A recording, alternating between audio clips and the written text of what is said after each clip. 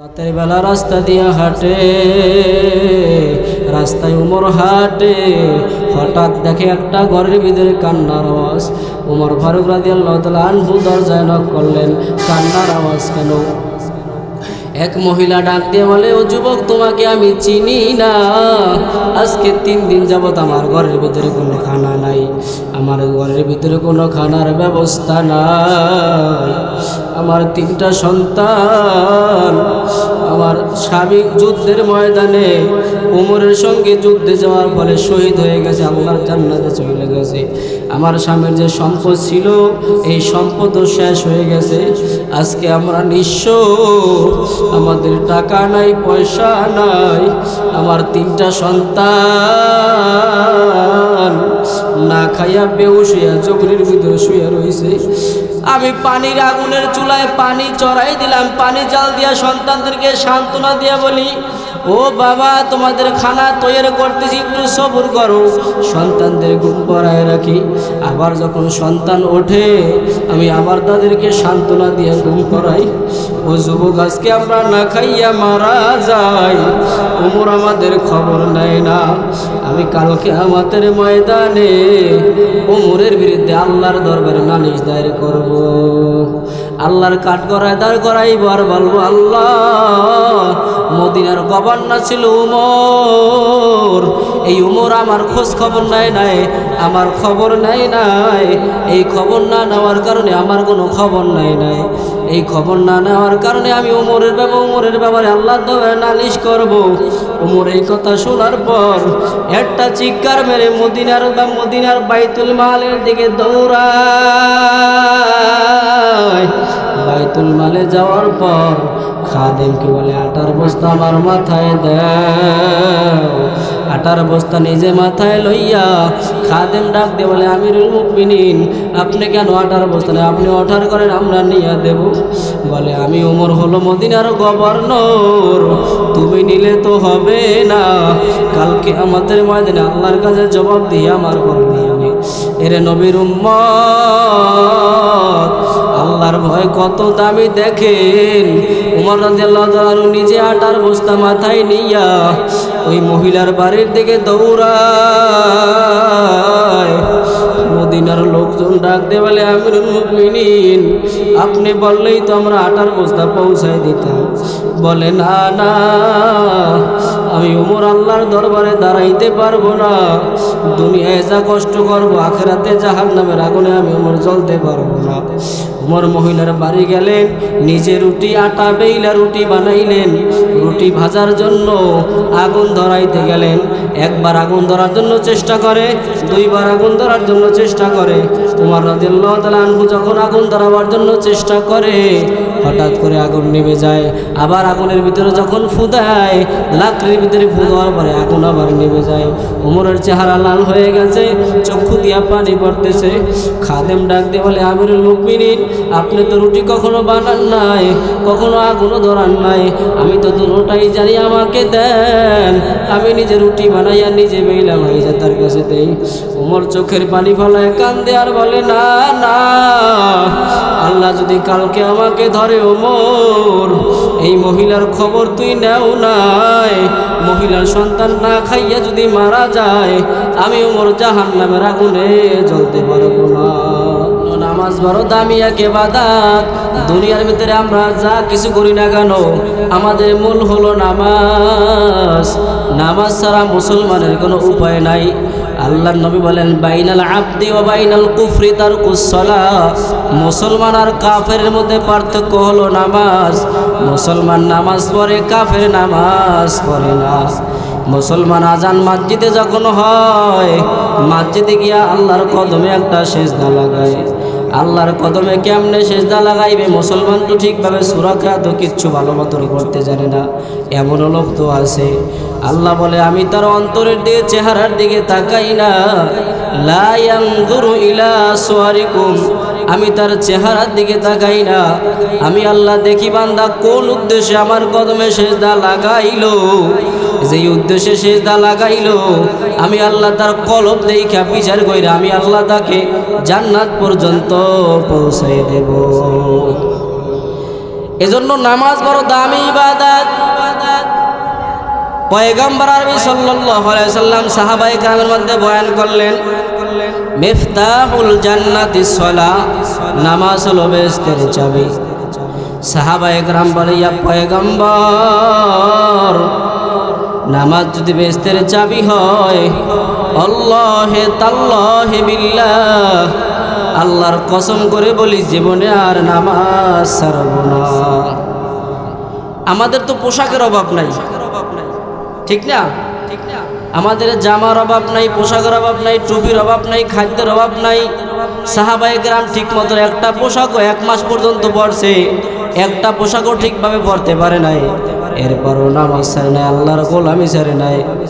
এ মুসলমান, আল্লাহর গোলাম, আল্লাহ পাঠাইলেন দুনিয়ায়, নামাজের হিসাব নেবে আল্লাহ কিয়ামতের ময়দানে আগে। আল্লাহ দুনিয়ায় পাঠাইলেন কিছু কিছু পরীক্ষা করবে। ওয়ানানাবলুওয়ান্নাকুম বিশাইয়্যিম মিনাল খাউফ ওয়াল জু'i ওয়া নাকসিম মিনাল আমওয়ালি ওয়াল আনফুসি ওয়াত থামারাত ওয়া বাশশিরিস সাবিরিন। আল্লাহ বলে, আমি বান্দাকে পরীক্ষা করব ক্ষুধা দ্বারা, বান্দাকে পরীক্ষা করব সম্পদ দ্বারা, বান্দাকে পরীক্ষা করব তার ফসলের ক্ষতিগ্রস্ত কইরা পরীক্ষা করব। এই পরীক্ষার ভিতরে যদি সে সবর করতে পারে, আমি আল্লাহ ইন্নামা ইউওয়াফাস সাবিরুনা আজরাহুম বিগাইরি হিসাব, আমি আল্লাহ পাক রব্বুল আলামিন তাকে বিনা হিসাবে জান্নাত দিয়া দেব। এজন্য সবর বড় দামি জিনিস, ধৈর্য। আমাদের ভিতরে ধৈর্য নাই। কারণ দেখবেন, মানুষ মাথায় টেনশন থাকলে নামাজ নাই, হাতের ভিতরে একটা বিড়ি নিয়ে টানে আর বলে যে আমার মাথায় খুব টেনশন, নামাজ পড়লে তো টেনশন দূর হইবে না। অথচ আল্লাহ বলে, তোমার যাবতীয় যা যা প্রয়োজন তুমি আমার কাছে চাও, আমি আল্লাহ নামাজের মাধ্যমে তোমার প্রয়োজনের সব কিছু সমাধান করব। তাহলে বিপদে বললে কোথায় যাইব? নামাজে সাহাবায়ে কেরামের ঘরের ভিতরে আগুন লাগছে, আগুন। খবর আইছে, ও সাহাবি, তোমার ঘরে তো আগুন লাগছে। সাহাবি দৌড় দিয়ে মসজিদে গেছে। উচিত ছিল তো দৌড় দিয়ে আগে আগুন, পানি দিয়ে আগুন নিবানো। মসজিদে যায় দাঁড়ায় গেছে, আল্লাহু আকবার বইলা দাঁড়াইয়া নামাজ পড়ার পরে আল্লাহর কাছে হাত উঠাই বলছে, আল্লাহ, আগুন লাগাইছো তুমি, নিবাবাও কে? তুমি। হাদিস প্রমাণ করে সঙ্গে সঙ্গে আল্লাহর কুদরতিভাবে আগুন নিভে গেছে। ঠিক তদ্রূপ আমাদের গুনার কারণে জাহান্নামের ভিতরে আল্লাহ আগুন জ্বালাইবে। জ্বালাইবে কি জ্বালাইবে না? এই দুনিয়ার আগুনের চাইতে 70 গুণ আগুনের তাপ বেশি। কিন্তু আমাদের ইয়াকিন নাই, আমাদের বিশ্বাস নাই। ফালিয়া তাওয়াক্কাল আলাল্লাহি ফাহুয়া হাসবু, যদি আল্লাহর উপরে তাওয়াক্কাল করা যায়, বিশ্বাস করা যায়, আল্লাহ ইয়াকিন অনুযায়ী, ওই বিশ্বাস অনুযায়ী বান্দার প্রতিদান দেবে। ইন্নামাল আমালু বিন্নিয়াত, হাদিস শরীফে আছে আমলের ফলাফল নিয়াতের উপর নির্ভরশীল। বান্দা যেই যেই কাজের নিয়াত করবে ঠিক তদ্রূপই হবে। ভালো আমল করলে ভালো, খারাপ করলে খারাপ। এজন্য আল্লাহ পাক রব্বুল আলামিন বান্দাকে তো প্রশ্ন করবে, ইয়া আইয়ুহাল ইনসানু মা গররাকা বিরব্বিকাল কারীম, হে বান্দা, কোন জিনিস আমি আল্লাহ রবের ইবাদত থেকে তোকে দূরে রাখলো? কেন বড় নাই তুমি? আমি আল্লাহর ইবাদত কেন বড় নাই? আমি তো আল্লাহ তোমাকে পাঠাইছিলাম আমার গোলামের জন্য, আমার গোলামি তুমি কেন করো নাই? কি আল্লাহ বলবে কি বলবে না? প্রশ্ন করবে, কেন গোলামি করো নাই? ওই সময় উসিলা তালাশ করলে হইবে না, মিথ্যা পেশ করলে হইবে না। আল্লাহ বলবে, আমার জন্য নামাজ পড়ছো কিনা, আমার কদমে সেজদা লাগাইছো কিনা দেখাও। তখন মানুষ হ্যাঁ আফসোস করবে, আহারে দুনিয়াতে বৈশা হুজুররা নামাজের কথা বলছিল, আলেমরা নামাজের কথা বলছিল, নামাজের গুরুত্ব বয়ান করছিল। ওই সময় যদি আজকে নামাজ পড়তাম, হয়তো আল্লাহ নামাজের উসিলায় আল্লাহ জান্নাত দিয়ে দিত। আল্লাহ তো আগেই বলছে, অবতাগু ইলাইহিল ওয়াসিলা, আমি আল্লাহ হাশরে ময়দানে ওসিলা তালাশ করব, কোন বান্দাকে কোন ওসিলায় মাফ করা যায়। এজন্য ইয়াকিন রাখা লাগবে। ইয়াকিন যদি রাখা যায়, নামাজ পড়লে আল্লাহ সমস্ত কিছু সমাধান করবে। ঠিক কি করবে কি করবে না? এক লোক মূর্খ যুবক মানুষ, কোরআন বোঝে না, হাদিস বোঝে না, কিচ্ছু বোঝে না, আলেমের বয়ান শুই না, দিলের ভিতরে ইয়াকিন হয়ে গেছে যদি আল্লাহর গোলামি না করা যায়, নামাজ না পড়া যায়, তাহলে বুঝে জান্নাত পাওয়া যাবে না, আল্লাহর সামনে দাঁড়ানো যাবে না। যুবকেরা তা করছে, আল্লাহ দুনিয়ায় যতদিন বাঁচবো আর নামাজ ছাড়বো না। আল্লাহর বড় পরীক্ষা। যুবক এবার নামাজ পড়ার জন্য মসজিদের দিকে রওনা হয়ে গেছে। হঠাৎ যুবকের স্ত্রী ডাক দেয়া বলে, স্বামী আমার, ঘরের ভিতরে কোনো খানা নাই, কোনো খাদ্য নাই। যদি আপনি খাদ্যের ব্যবস্থা না করেন তাহলে আমাদের না খাইয়া মরা লাগবে। আপনি ওই মেল ঘরখানায় যান, আমাদের আটা আপনি নিয়ে আসেন, খাদ্য নিয়ে আসেন। যুবক ডাক দিয়ে বলে, নামাজের সময় হয়েছে। বলে, আপনি আগে আইনা তারপরে নামাজে যান। যুবকের খেয়াল, নামাজ তো পড়ব জামাতের সহিত। যুবক এক এক কদম করে সামনের দিকে আগায়। আর একটা লোক আইসা ছোট্ট বাচ্চা ডাক দিয়া বলে, ও যুবক, তোমার বাড়ির দরজা যে একটা গাভী ছিল, গরু, ওই গাভীটা জঙ্গলার দিকে ছুটিয়ে গেছে, পাহাড়িয়া এলাকা। যদি তুমি গাভীর সন্ধানে বাহির না হও, তোমার গাভী কিন্তু বাঘে খেয়ে ফেলবে। যুবক তাওয়াক্কুল করে চিন্তা করে, মসজিদেও যাওয়া দরকার, গাভী আনাও দরকার। কারণ গাভীর দুধ দোহন কইরা, ওই দুধ বিক্রি কইরা সংসার চলে, নাই তো সংসারও চলবে না। আল্লাহর গোলামি কেমনে করব? যুবক তাওয়াক্কুল কইরা মসজিদের দিকে আগায়। হঠাৎ আর একটা লোক ডাক দিয়ে বলে, ও যুবক, তুমি যে ফসল আদি জমি ফলাইছো, ফসল, তোমার ফসলের জমিতে আজকে যদি পানি সেচের ব্যবস্থা যদি না করো, তাহলে তোমার ফসলের জমিতে ফসল হইবে না। পানি না দিলে জমি রৌদ্রের তাপে শুকায় নষ্ট হয়ে যাইবে, তোমার জমিতে ফসল হবে না। যুবক এবার চিন্তা করলো, জমির ফসলে পানি দেওয়াও দরকার, নামাজ পড়াও দরকার। আল্লাহর গোলাম যুবক এক পাও দুই পাও করে বলে, ফালিয়া তাওয়াক্কাল আলাল্লাহ ফাহুয়া হাসবু। যে ব্যক্তি আল্লাহর উপরে তাওয়াক্কাল করে, ভরসা করে, আল্লাহ তার সমস্ত কাজগুলো কমপ্লিট করে দেয়। যুবক আল্লাহর বান্দা মসজিদে যাওয়ার পর, নামাজ পড়ার পরে দুইটা হাত উঠাই দিয়েছে আল্লাহর দরবারে, বলে, আল্লাহ, আমি যুবক গরিব মানুষ, ও আল্লাহ, দিন আনি দিন খাই, আমার টাকা নাই, আমার কোনো পয়সাও নাই, আমি তিনটা বিপদের ভিতরে পড়ছি গো আল্লাহ। আলেমদের মুখে শুনছি যে বিপদের ভিতরে বললে সবর করে নামাজের মাধ্যমে আপনার কাছে চাওয়া। ও আল্লাহ, আমি বিপদে পড়ছি, তোমার কুদরতি কদমে সেজদা লাগাইলাম। আজকে এই সেজদার বিনিময় সমস্ত বিপদ থেকে আমাকে তুমি আল্লাহ আসান করে দাও। ইতিহাসে কিতাবের ভিতরে আসছে যে ওই যুবক যখন দোয়া করার পরে নামাজ কালাম শেষ করে বাড়ির দিকে যখন রওনা হয়, বাড়ির দরজায় গিয়া দেখে তার গোয়াল ঘরের ভিতরে তার গাভীটা রাখা। যুবক খুশি হইয়া, আত্মহারা হইয়া দৌড় দিছে জমির ভিতরে। তাকায় দেখে তার জমির ভিতরে পানিতে ভরা। যুবক খুশি হইয়া দৌড় দিছে ঘরের ভিতরে। ডাক দেয়া বলে, বিবি, কেমনে কি হইল আমাকে বর্ণনা করো। বিবি ডাক দিয়া বলে, ও স্বামী আমার, আমি বর্ণনা করব, আজকে একটা অলৌকিক ঘটনা কইটা গেছে। বলে, কেমনে কি হইল? বলে, ও স্বামী, আপনি যখন মসজিদে গেছেন, আমিও ঘরের ভিতরে পয়সা রই নাই, শুয়াও রই নাই, আমিও আপনার বিবি উজু বানায়া জায়নামাজটা বিছাইয়া মালিকের সঙ্গে কালেকশন লাগাই দিছি। মাল্লাহুল মাওলা ফালাহুল কুল। যেই বান্দা আল্লাহর হয়ে যায়, দুনিয়ার সমস্ত মাখলুক আল্লাহ তার গোলাম বানায় দেয়। যেই বান্দা আল্লাহর হয়ে যায়, ওই বান্দা আল্লাহর কাছে যা চায়, আল্লাহ বান্দাকে সব দিয়া দেয়। কিন্তু বড় দুঃখের বিষয়, আমরা আল্লাহর কাছে চাইতে জানি না, এজন্য আল্লাহ আমাদেরকে দেয় না।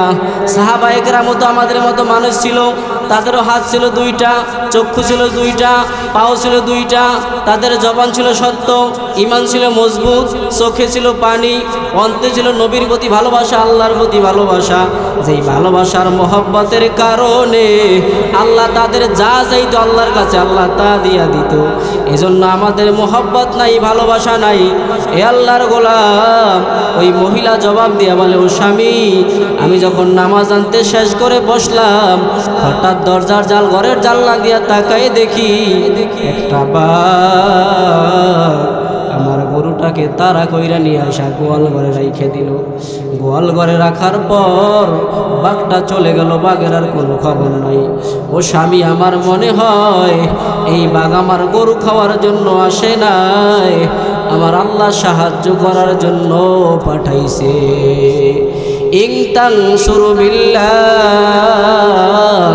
আল্লাহ তো ওয়াদা করছে আমি বান্দাকে সাহায্য করব। যদি বান্দা আমার উপরে ভরসা রাখে, তাওয়াক্কুল করে, আমি বান্দাকে সাহায্য করব। জোরে চিল্লায় বলেন, সাহায্য করবে কে? আল্লাহর কাছে সাহায্য চাওয়া লাগবে মুমিন। যদি চাওয়া যায়, আল্লাহ চাওয়ার কারণে আল্লাহ সাহায্য করবে। বলে বিবি, আটার বস্তা কেমনে এলো বলো? বলে ও স্বামী আমার, আমি হঠাৎ তাকায় দেখি আগন্তুক মেহমান, মনে হয় এই আমাদের এই এলাকার লোক না, আর কখনো আমি তাকে দেখি নাই। আটার বস্তা মাথায় নিয়ে আইসা বলে, ও আল্লাহর বান্দি, তোমার আটার বস্তা নাও। আটার বস্তা আমি নিয়ে আসলাম। ও স্বামী, এই আটার বস্তা দুনিয়ার কোনো মানুষ আনে নাই, আমার মনে হয় আল্লাহ ফেরেশতারা আমাকে সাহায্য করাইছে। 3 নাম্বার ডাক দিয়া বলে, জমির ভিতরে পানি কেমনে আসলো? ডাক দিয়া বলে, ওই যুবক ডাক দিয়া বলে, বিবি ডাক দিয়া বলে, ও স্বামী, যখন পাশের জমিওয়ালায় ফসলের ভিতরে পানি সেচ দিল, ওই পাশের জমিওয়ালায় পানি সেচ দেওয়ার পরে হঠাৎ তন্দ্রাচ্ছন্ন হইয়া শুইয়া পড়লেন। এমন সময় এমন লম্বা ঘুম দিলেন, তার জমির ভৈরা আমার জমি চৈচুর ভৈরা পূর্ণ হয়ে গেছে, সে টের পায় নাই। জোরে কান সুবহানাল্লাহ। মূল কথা হলো, আল্লাহর উপরে তাওয়াক্কুল করলে আল্লাহ আমাদের কি করে? সাহায্য করে। এই ঘটনা হলো যে আল্লাহ আমাদেরকে সাহায্য করে, কিন্তু দুঃখের বিষয় আমরা আল্লাহর কাছে সাহায্য চাই না বা চাওয়ার মতো কাজ আমরা করি না। কেন? বলে আমাদের ঈমান হলো দুর্বল। ঈমান দুর্বল হওয়ার কারণ কি?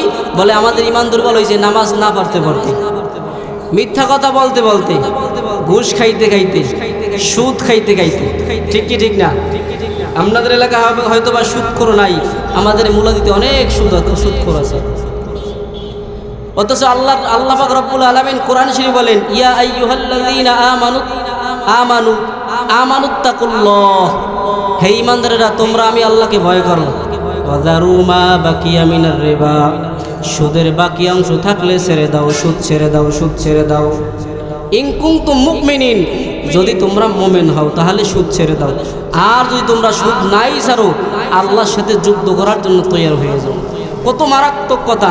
এরপর আমরা মুসলমান দাবি করি, মুসলমানের ঘরের সন্তান, বাবায় মুসলমান, দাদায় মুসলমান, সব মুসলমান।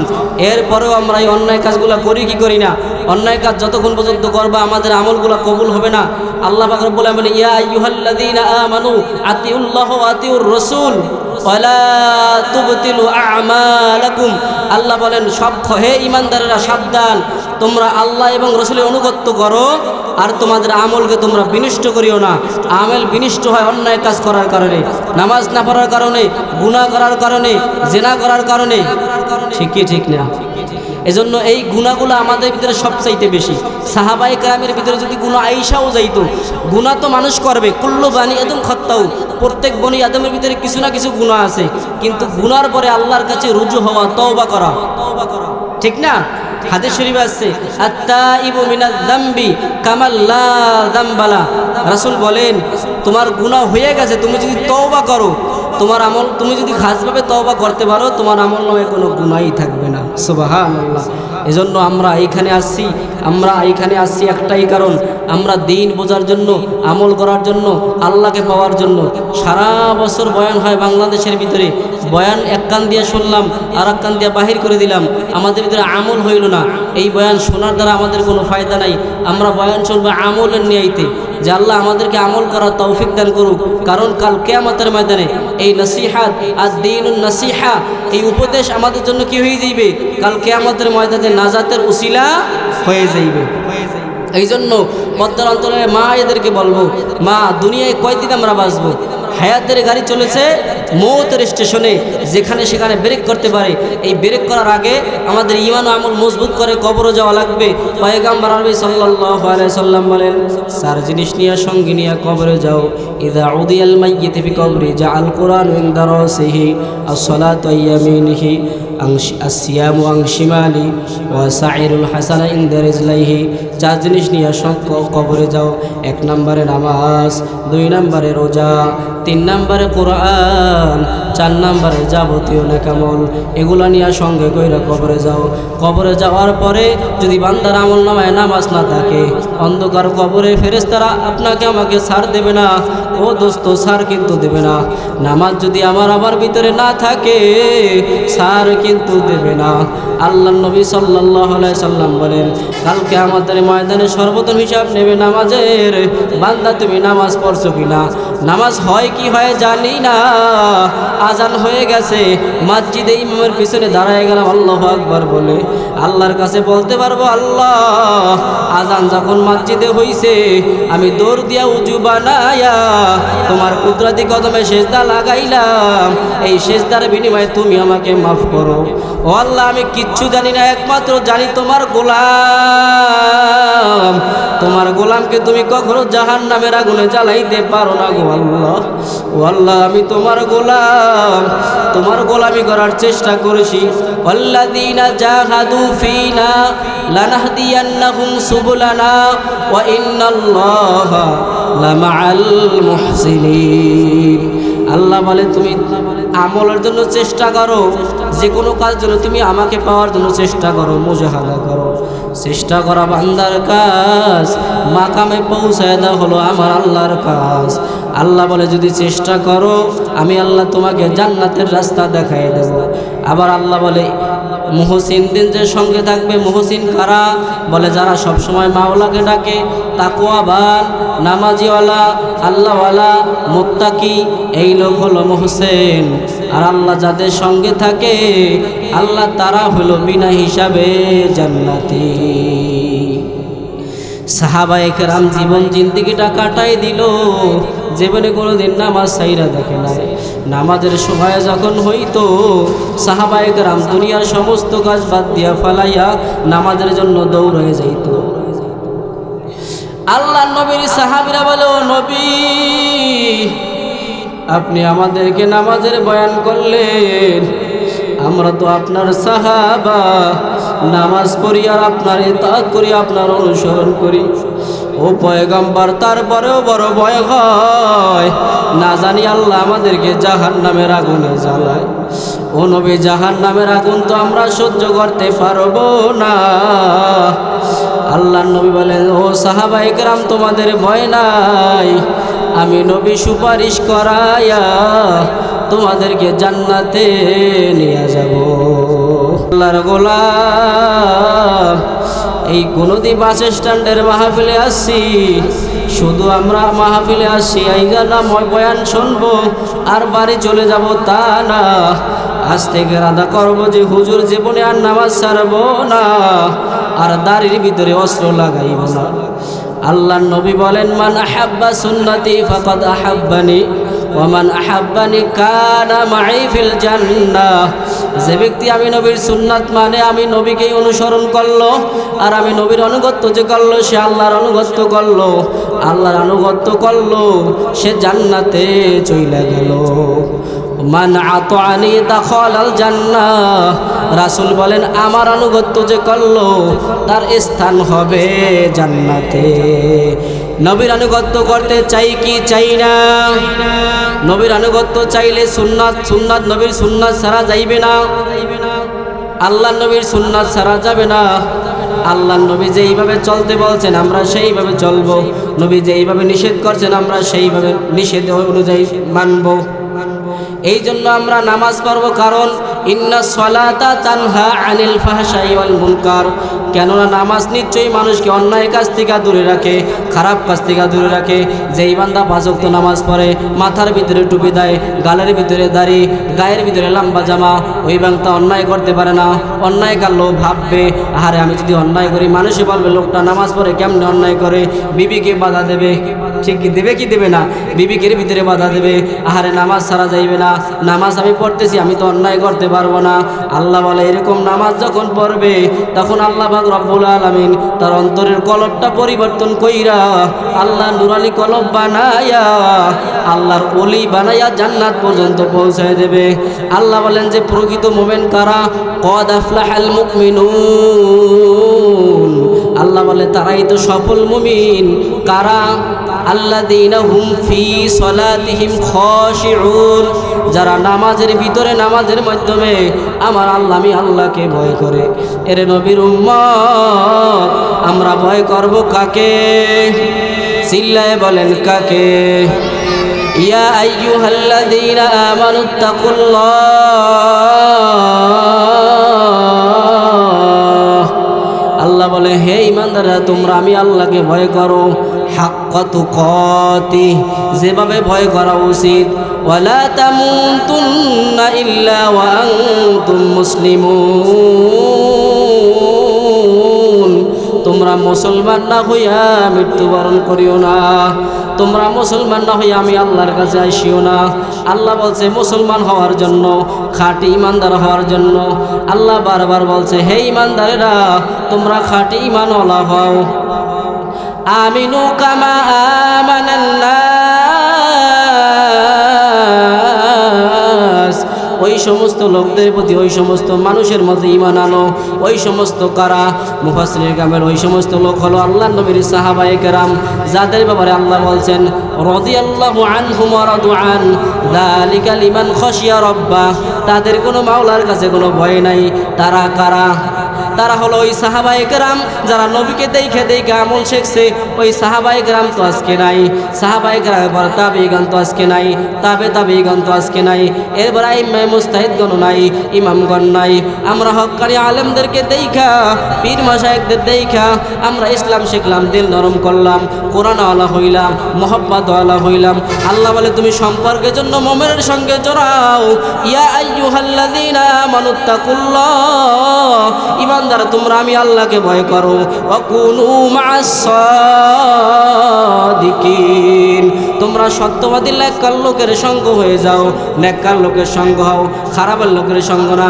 যে ব্যক্তি মদ খায় তার লাগে চললে কিন্তু মানুষটা মদখোর হইবে, যে ব্যক্তি অন্যায় কাজ করে তার লাগে চললে মানুষটা অন্যায় কাজ করবে, আর যে ব্যক্তি নামাজ পড়ে তার লাগে চললে কিন্তু মানুষটা নামাজি হয়। একদিন দুই দিন তিন দিন দেখতে দেখতে লোকটা কি হয়ে যাইবে? নামাজি হয়ে যাইবে। এজন্য আল্লাহ বলছে বন্ধু কাকে বানাইবা, আল্লাহ নির্ধারণ করছে বন্ধু কাকে বানাইবা। বন্ধু বানাবা নেককার লোককে। কাকে? নেককার লোককে বন্ধু বানাবা। আর অনুসরণ করব কার? কুল আতিউল্লাহ ওয়ার রাসূল, অনুসরণ করো আল্লাহ এবং আল্লাহ রাসূলের অনুগত্য করো। ফাইন তাওয়াল্লাহ, খবরদার তোমরা মুখ ফিরিয়ে নিও না। যদি মুখ ফিরিয়ে নাও ফাইনাল্লাহ লা ইউহিব্বুল কাফিরিন, নিশ্চয়ই আল্লাহ কাফেরদের কিন্তু ভালোবাসে না। এক একটা আয়াতের কথা বলতে গেলে ঘন্টা পার হয়ে যাইবে। এ নবীর উম্মত, এজন্য আল্লাহ আমাদেরকে পাঠাইছে দুনিয়া আল্লাহর গোলামির জন্য। আমরা আল্লাহর গোলামি করব, মরণ পর্যন্ত গোলামি করব। জীবন থাকার জাত আল্লাহর গোলামি কখনো আমরা ছাড়ব না। এরে আল্লাহর গোলাম, আল্লাহর নবীর সাহাবায়ে কেরাম, আল্লাহর নবীর সাহাবায়ে কেরাম এমন ইমানদার, এমন ইমান মজবুত করেছে, যতবার আমি ভর্তি আসতে তার বড় ইমান ছাড়ে নাই। এজন্য ইমান মজবুত করা লাগবে। ইমান মজবুত হয় নামাজের মাধ্যমে, আর নামাজের মাধ্যমে আল্লাহকে ভয় করা লাগবে। আল্লাহকে যদি ভয় করা যায়, আর সমস্ত কাজে আল্লাহকে ভয় করা লাগবে। আল্লাহকে ভয় করলে আল্লাহ আমাদের ইবাদতগুলো কবুল করবে। ঠিক কবুল করবে কি করবে না? আল্লাহগুলো কবুল করবে। এই জন্য আল্লাহর গোলাম আমরা ভয় করবো। ইত্তাকুল্লাহ, আল্লাহকে। কাকে? আর মোহাব্বত করব নবীকে, ইতাআত করব নবীকে। কেমনে মোহাব্বত করব? ঈমান মজবুত করব। আল্লাহর নবীর ছোট্ট সাহাবী ছিলেন আব্দুল উজ্জা, তখন পর্যন্ত কালেমা বইরা মুসলমান হয়নি। আব্দুল উজ্জা ছোট্ট মানুষ, নবীর কথাবার্তা চাল চলন তার কাছে খুব ভালো লাগে। আব্দুল উজ্জা আমার নবীর দরবারে দিনের বেলা যায়, সারাদিন রাসূলের সঙ্গে থাকে, আবার রাত্রে বেলা সন্ধ্যায় বাড়িতে আসে। আব্দুল উজ্জা হঠাৎ আমার নবীকে ডাক দিয়ে বলো, পয়গম্বর,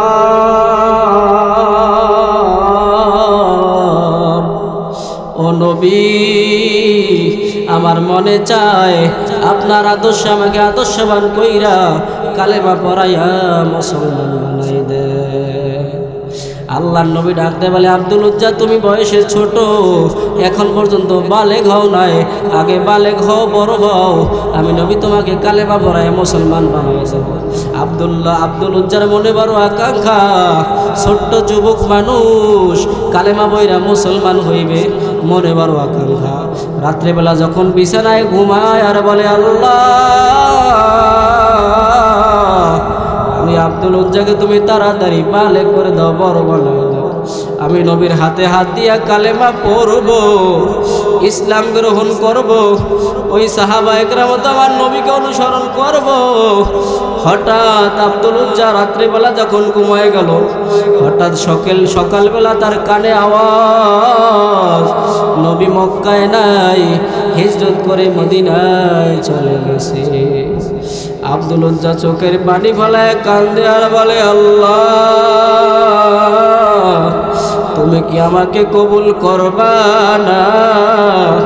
আমি কি মুসলমান হইতে পারব না?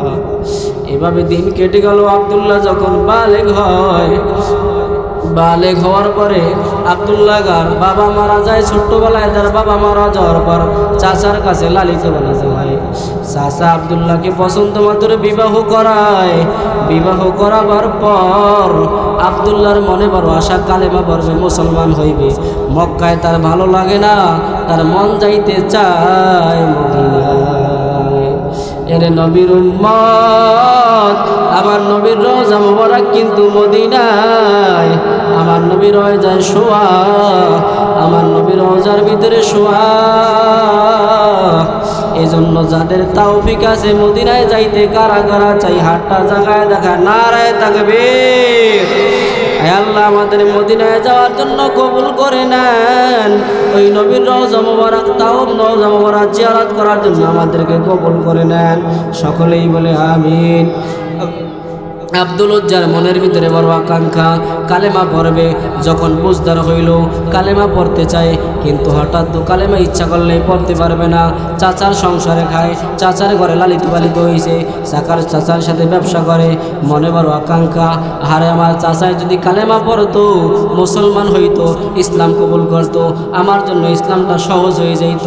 আব্দুল উজ্জা এভাবে সহ্য করে। একদিন দুই দিন যাওয়ার পর আব্দুল উজ্জা ধৈর্যহারা হইয়া চাচাকে ডাক দিয়ে বলে, ও চাচা, আমার আর মক্কায় থাকতে মন চায় না, আমি মদিনায় যাব, ইসলাম কবুল করব। আমি মদিনায় যাব, ইসলাম কবুল করব, আমার আর মক্কায় থাকতে মন চায় না। চাচা বড় পিচাস কাফের মানুষ। আব্দুল উজ্জাকে ডাক দিয়ে বলে, আব্দুল উজ্জা, একবার বলছো আর দ্বিতীয়বার বলবা না, তাহলে আমি তোমার পিঠের চামড়া রাখবো না। আব্দুল উজ্জা ডাক দিয়ে বলে, ও চাচা, আমার যদি জীবনও যায়, আমি নবীর দরবারে যাব, আমি আর বেদিন হইয়া থাকতে চাই না। যুবক মানুষ বেদিন হয়ে থাকতে চায় না, কালেমা পইরা মুসলমান হইবে। তার কত ইমানের তামান্না। এই জন্য যুবক বড় দামি। পয়গম্বর আরবি সাল্লাল্লাহু আলাইহি সাল্লাম বলেন, ইসলামের জন্য যত লোক কাজ করছে, সবচাইতে যুবকদের অবদান হলো বেশি। যুবকদের অবদান কি বেশি? সব জায়গায় যুবকদের অবদান বেশি। আজকের মাহফিল যুবকদের উপলক্ষে যুবকদের অবদান বেশি। এজন্য হাদিস শরীফে জিব্রাইল বলেন, জিব্রাইল আইসা নবীকে বলেন, ও পয়গম্বর, দুনিয়াতে কত বড় বৃষ্টি বর্ষণ হয় আমি জিব্রাইল গণনা করে বলতে পারি। কোন যুবক যখন আল্লাহর দরবারে নামাজে দাঁড়ায় যায়, আল্লাহর কাছে হাত বাড়ায়, আমি জিব্রাইলও খবর রাখতে পারি না যুবকের ইবাদত, তার দোয়া মাওলার কাছে এত তাড়াতাড়ি কবুল হয়। এই জন্য যৌবনকালের ইবাদতের দাম বেশি না বেশি কম? বেশি। যৌবনকালের ইবাদতের দাম বেশি। আল্লাহ তো যদি বলে, যুবক, এ বৃদ্ধা, তুমি আসছো আমার কাছে, তোমার যৌবনকালের হিসাব দাও, তোমার বিদ্যার হিসাবগুলো আমি মাফ করে দিলাম। কত লক্ষ লক্ষ পুরো আটকায় যাইবে। আহারে 40 বছর হয়েছে নামাজ পড়ি নাই, 50-60 বছরও নামাজ পড়ি নাই। আল্লাহ যদি ওই যুবককালের হিসাব দইরা ফেলায়, জাহান্নাম ছাড়া তো উপায় নাই। এই জন্য আল্লাহ বলে টেনশন নাই, আমি আল্লাহর কাছে নত হও, নত হইলে আমি আল্লাহ পিছনের গুনাহগুলো মাফ করে দেব। আব্দুল উজ্জা যুবক মানুষ বলে, চাচা আমি আর মক্কায় থাকবো না, মদিনায় চলে যাব। মক্কায় আর থাকবো না, আমি মদিনায় চলে যাব। আব্দুল উজ্জার চাচা ডাক দিয়ে বলে, মদিনায় যদি যাও আমার কিছু তুই নিতে পারবি না, তোর সম্পদ যা আছে আমার নামে লিখে দেওয়া লাগবে, স্ত্রীকে তালাক দেওয়া লাগবে। বলে আমি সব দিতে রাজি, ঈমান ছাড়তে রাজি না। বলে তাইলেই হবে না, তোর গায়ে যা পোশাক আছে এই পোশাক নিয়েও তুই মদিনায় যাইতে পারবি না। হঠাৎ করে এক এক করে পোশাকগুলো চাচা খুলে নেয়। আব্দুল উজ্জার মাথার জামা থেকে গায়ের জামাগুলা খুলে নেয়। সব কিছু খোলার পরে আব্দুল উজ্জার গায়ে কোনো পোশাক নাই, শুধু একটা 17 টাকার লুঙ্গি পরনে। আব্দুল উজ্জা ডাক দিয়ে বলে, চাচা এই লুঙ্গিটা আমার, আপনি লুঙ্গিটা আমাকে দেন, অন্তত লুঙ্গিটা বইরা আমি নবীর দরবারে গিয়ে হাজির হইব। আব্দুল উজ্জাই বলে, যখন সামনের দিকে রওনা হয় পিছন থেকে নরপিচাস কাফের লুঙ্গিটা টান দিয়া আব্দুল উজ্জাকে উলঙ্গ করে ফেলে। আব্দুল উজ্জা বিবস্ত্র হইয়া আল্লাহকে ডাক দিয়ে বলে, আল্লাহ পরনের কাপড়ও যদি যায় এরপরও আমি ঈমান ছাড়ব না। আব্দুল উজ্জার চাচা ওই কাফের আব্দুল উজ্জাকে চাবুক দিয়ে আমার পিঠের ভিতরে চাবুক মারে। একবার নয় দুইবার নয়, চাবুক মারতে মারতে যুবক আব্দুল উজ্জা জমিনের ভিতরে লুটায় পড়ে, বেহুশ হয়ে পড়ে, ফেলে রাইখা চলে যায়। অনেকক্ষণ পর যখন হুশ হয় আব্দুল উজ্জা ডানে বামে তাকায়, দেখে কাউকে দেখা যায় না। আব্দুল উজ্জা বলে, আমি কার কাছে যাব, আমার তো বাবা নাই, মা তো থেকেও নাই। আব্দুল উজ্জা হাঁটি হাঁটি পা পা করে মার দরবারে যায়, যাইয়া দেখে মার উলঙ্গ অবস্থায়। মার কাছে গিয়া বলে, ও মা আমি মুসলমান হইব, আমাকে এক টুকরা কাপড়ের ব্যবস্থা করতে পারেন কিনা, যেইটা লাগাইয়া আমি মদিনায় রওনা হয়ে যাইব। মার থেকে এক টুকরা কম্বল নিয়ে আব্দুল উজ্জা মাঝখান দিয়া ফারিয়া এক টুকরা নিজে পরনে বেচাইলেন, আর এক টুকরা গায়ে বেচাইয়া মদিনার দিকে রওনা। আব্দুল উজ্জা মদিনার দিকে রওনা। মরুভূমি এলাকা, বালু উত্তপ্ত বালু এলাকা। একদিন নয়, 2 দিন নয়, প্রায় 16 দিন লাগাইয়া আব্দুল উজ্জা মদিনায় হাজির হয়ে গেছে। হঠাৎ দায়া দেখে মসজিদের নববীতে বেলাল আজান দেয় সুবহ সাদিকের সঙ্গে দেখা করব। হঠাৎ দেখে আমার নবী হুজরাখানা দিকে বাহির হইয়া মসজিদের ভিতর ঢুকবে। আব্দুল উজ্জা নবীকে দেখা কন্ট্রোল করতে পারে নাই, 2টা পাও জড়ায় ধরছে আর বলে, ও পয়গম্বর, আমার বাবা নাই, আমার কেউ নাই, আমি আপনার কাছে আসছি। আল্লাহর নবী বলেন, এ আব্দুল উজ্জা তুমি কেন আসছো? বলে, পয়গম্বর কালেমা পড়ার জন্য আসছি, দিন গ্রহণ করার জন্য আসছি। বলে, আব্দুল উজ্জা তুমি দাঁড়াও, তুমি দাঁড়াও। আব্দুল উজ্জা দাঁড়াইতে পারে না, পরনের ভিতরে কোনো পোশাক নাই, ছোট্ট একটা পোশাক দিয়া কোনো রকম 70 টাকা। বলে, ও নবী আমি যদি সোজা হইয়া দাঁড়াই আমার পরনের 70টা খুলে যায়, আমার পরনে কোনো পোশাক নাই, থাকে না তাহলে খুলে যায়, এজন্য আমি ভাঁজ হইয়া দাঁড়াই গেছি। নবী ডাক দিয়ে বলে, হে বেলাল, আমার আব্দুল উজ্জা রে, আমার একটা জামা দাও, আমি নবীর টুপি দাও, আমি নবীর এক জোড়া জুতা আমার আব্দুল উজ্জাকে পরায় দাও। আল্লাহর নবী ফজরের নামাজে দাঁড় করাই দিলেন। ফজরের নামাজ শেষে সমস্ত লোকের সাথে আব্দুল উজ্জার পরিচয় করায় দেয়। আর সাহাবায়ে কেরামকে বলে, ও সাহাবায়ে কেরাম, এই আব্দুল উজ্জাও আমার কাছে সুন্দর একটা নাম চাইছিল, নাম আমি আজকে ওর নাম রাখলাম আব্দুল্লাহ, আল্লাহর বান্দা। এরে নবীর উম্মত, আব্দুল্লাহ তো ছিল যুবক, এই মাহফিলের আয়োজন যারা করছে তারাও তো যুবক। এই যুবক মাহফিল আয়োজন করছে, এই যুবকদেরকে আল্লাহ যেন আব্দুল্লাহর মতো কবুল কইরা জান্নাতের মাকাম পর্যন্ত পৌঁছায় দেয়। এই জন্য যুবকদের অবদান সবচাইতে বেশি রে গোলাম। ও পদ্মার অন্তরালের মা, দুনিয়ায় কয়দিন বাঁচবেন, দেখতে না দেখতে দুনিয়ার জিন্দেগি শেষ হয়ে যাইবে রে মা। ও মা গো, যদি আপনি আল্লাহর গোলাম নহি অন্ধকার কবরে যান, আপনার তো রেহাই হবে না। এজন্য আল্লাহর গোলাম হয়ে কবরে যাওয়া লাগবে। ও মা, আপনি 5 ওয়াক্ত নামাজ আদায় করবেন, পর্দা সহকারে চলার চেষ্টা করবেন। খবরদার রে মা, বেপরদায় চলবেন না। বেপরদায় চইলা কখনো জান্নাত পাওয়া যায় না। ও যুবক ভাই, ও বৃদ্ধ বাবাজিরা, আমরাও তো আছি দুনিয়ায়, অন্ধকার কবরে চলে যাব। অন্ধকার কবরে যাওয়ার আগে আমাদের ঈমান ও আমল মজবুত কইরা কবরে যাওয়া লাগবে। কি নিয়ে অন্ধকার কবরে যাব, কি নিয়ে অন্ধকার কবরের ভিতরে যাব। এই জন্য আল্লাহর কাছে চোখের পানি ফেলায় কান্না করো রে মুমিন, যে দুনিয়ায় যতদিন বাঁচবো আর গুনার কাছে যাব না, অন্যায় কাজ আর করব না। আমরা আল্লাহ অন্যায় কাজ করব না, গুনার কাছে যাব না। দুনিয়ায় যতদিন বাঁচবো নেক আমল করব, আল্লাহর গোলাম হইয়া কবরে যাইব। আল্লাহর গোলাম হইয়া যদি কবরে যাওয়া যায়, আল্লাহ কবরটা জান্নাতের বাগান বানাই দেবে।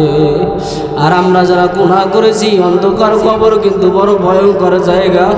অন্ধকার কবর এমন ভয়ঙ্কর জায়গা, যে অন্ধকার কবরের ভিতরে কে কত টাকাওয়ালা, পয়সাওয়ালা, ধনী গরিব, আলেম, মুফতি, মুহাদ্দিস, কারো কোনো দাম নাই। অন্ধকার কবরে ভালো আমল যার হবে তার দাম বেশি হবে। এজন্য সাহাবায়ে কেরাম জিন্দেগিটা কান্নায় কান্নায় কাটাই দিলেন। এমন কোনো সাহাবী নাই জীবনে কান্না করে নাই, এমন কোনো আল্লাহওয়ালা নাই কান্না করে নাই, কান্নায় কান্নায় জীবন কাটাই দিলেন। আজকে আমাদের ভিতরে কান্না নাই, কান্না ছাড়া কিন্তু জাহান্নামের আগুন নিভবেও না। নবী বলেন, মাম্বা কামিন খশিয়াতিল্লাহ হারামাল্লাহু তিলকাল আইনা আলান নার। জাহান্নামের ভয়ে যদি চোখের পানি ফালানো যায়, আল্লাহ পাক রব্বুল আলামিন তার জন্য জাহান্নাম হারাম করে দেবে। ভয় থাকবে কার? আল্লাহর। এর নবীর উম্মত, আল্লাহ ভয় করব।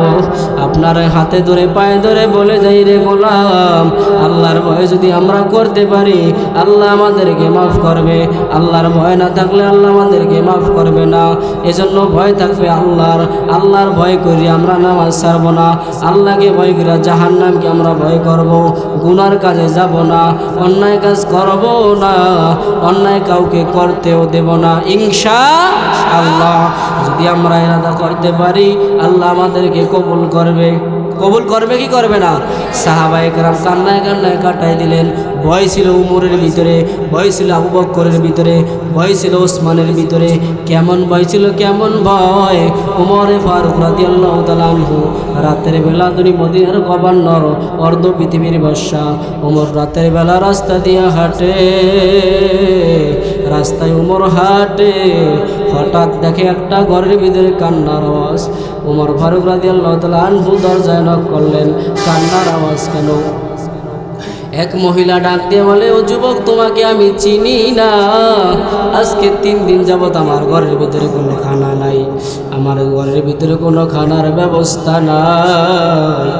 আমার 3টা সন্তান, আমার স্বামী যুদ্ধের ময়দানে উমরের সঙ্গে যুদ্ধে যাওয়ার ফলে শহীদ হয়ে গেছে, আল্লাহর জান্নাতে চলে গেছে। আমার স্বামীর যে সম্পদ ছিল, এই সম্পদও শেষ হয়ে গেছে। আজকে আমরা নিঃস্ব, আমাদের টাকা নাই, পয়সা নাই। আমার 3টা সন্তান না খাইয়া বেহুশ হইয়া জমির ভিতরে শুয়ে রয়েছে। আমি পানির আগুনের চুলায় পানি চড়াই দিলাম, পানি জাল দিয়া সন্তানদেরকে সান্ত্বনা দিয়া বলি, ও বাবা তোমাদের খানা তৈরি করতেছি, একটু সবুর করো, সন্তানদের ঘুম পড়ায় রাখি। আবার যখন সন্তান ওঠে আমি আবার তাদেরকে সান্ত্বনা দিয়ে ঘুম পড়াই। ও যুবক, আজকে আমরা না খাইয়া মারা যাই, ওমর আমাদের খবর নেয় না। আমি কালকে আমাদের ময়দানে ওমরের বিরুদ্ধে আল্লাহর দরবারে নালিশ দায়ের করব, আল্লাহর কাঠগড়ায় দাঁড় করাইব আর বলবো, আল্লাহ মদিনার গভর্নর ছিল উমর, এই উমর আমার খোঁজ খবর নেয় নাই, আমার খবর নেয় নাই। এই খবর না নেওয়ার কারণে আমার কোনো খবর নেয় নাই। এই খবর না নেওয়ার কারণে আমি উমরের ব্যাপারে আল্লাহর দরবারে নালিশ করব।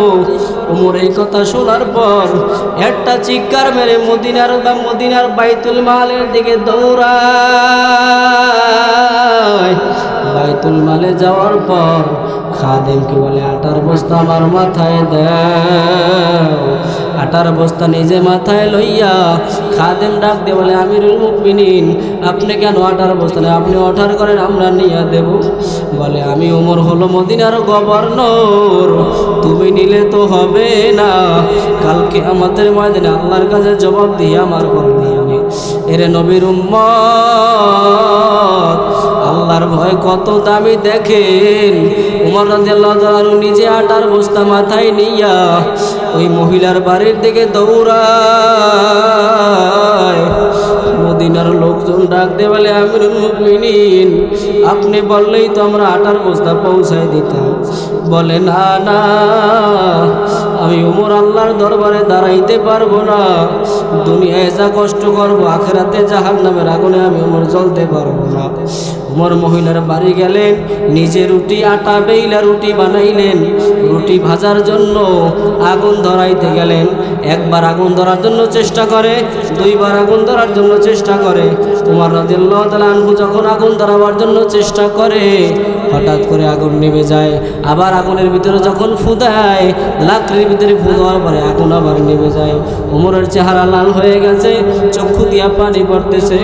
খাদেম ডাক দিয়ে বলে, আমিরুল মুমিনিন আপনি তো রুটি কখনো বানান নাই, কখনো আগুনও ধরান নাই, আমি তো দুটোটাই জানি, আমাকে দেন, আমি নিজে রুটি বানাইয়া নিজে বেইলা ভাইজা তার কাছে দেই।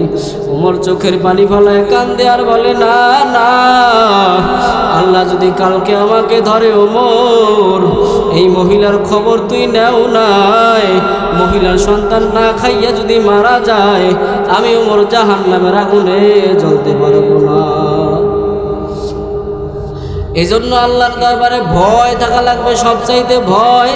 এজন্য ওমর ভয় করিয়া ওইখান থেকে রুটি মুটি সব কিছু কমপ্লিট করে চলে আসলেন।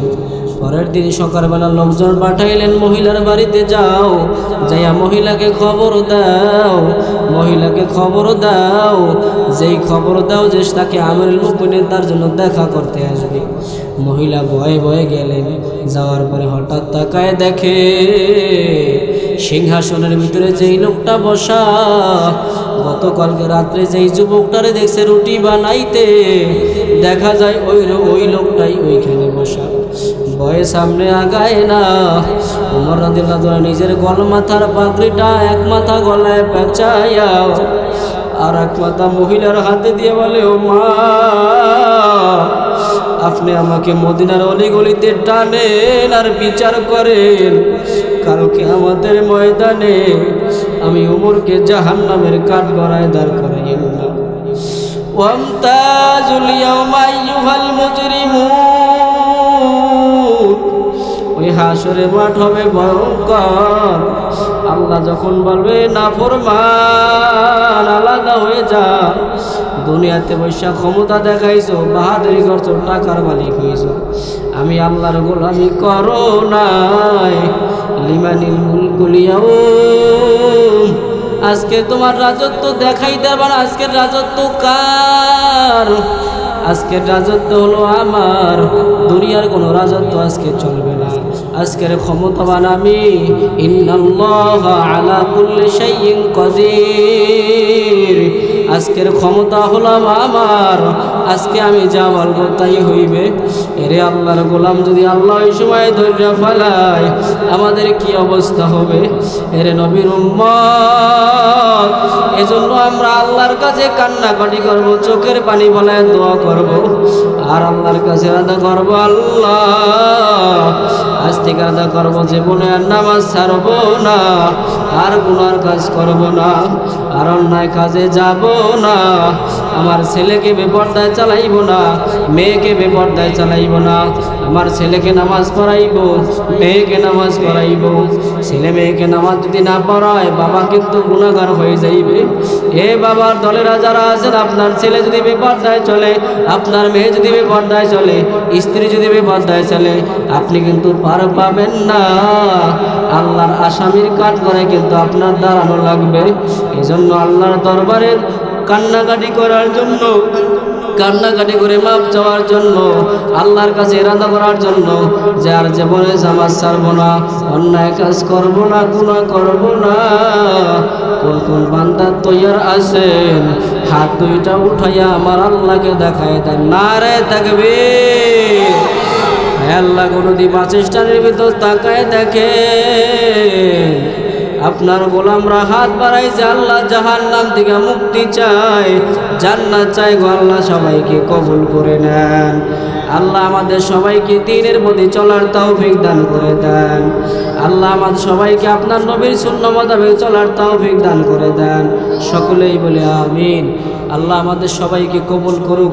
আলোচনা লম্বা নয়, যুবকদের উদ্দেশ্যে মাহফিল,